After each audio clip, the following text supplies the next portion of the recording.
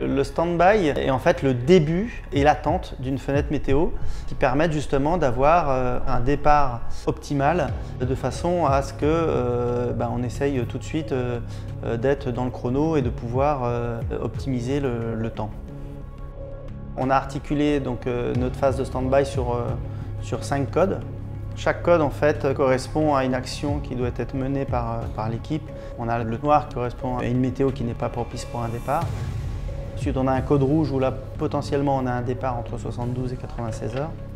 Ensuite, on a un code orange qui est un départ entre 48 et 72 heures. Un code jaune qui est entre 24 et 48 heures. Et un code vert où là, nous sommes à moins de 24 heures du départ. On a plutôt le stress de la préparation avant tout. Je pense qu'en début de stand-by, il n'y a pas encore d'impatience. La météo pour le départ, elle est gérée entre Marcel Ventris, qui est notre routeur, associé à Charles et Franck.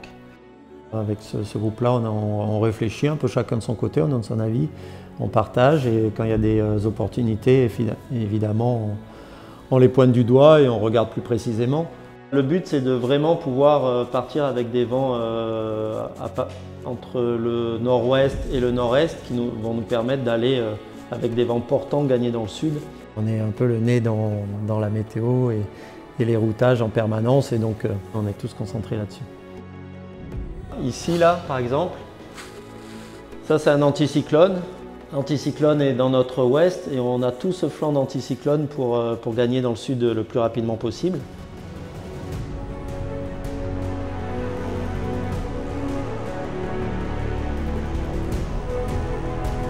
Et ensuite, on attaque l'hémisphère sud.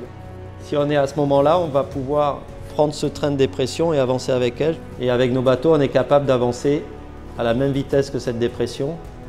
Et là, on arrive, grâce à cette dépression, à rentrer dans le tour de l'Antarctique. Statistiquement, là, sur les 6000 routes, sur la période des 2 mois où on va faire le stand-by, il y a quand même 30% des départs qui nous permettent de battre le record. Une fenêtre idéale, partir plutôt en souplesse, donc avec un vent modéré autour de 20 nœuds, et s'enchaîner très bien jusqu'au Cap des Aiguilles. Ça serait l'idéal. On a fait des études aussi pour voir quand on arrive bien ici, quel est le pourcentage de chances de battre le record après, en fonction de chaque tronçon. Et si c'est vrai que quand on a un bon temps ici, ça veut dire souvent qu'on a attrapé la bonne dépression, donc on arrive à traverser vite l'Indien et l'enchaînement se passe bien, quoi. On est exactement dans ce qu'on s'était fixé et donc maintenant, ça va être l'attente de la belle fenêtre.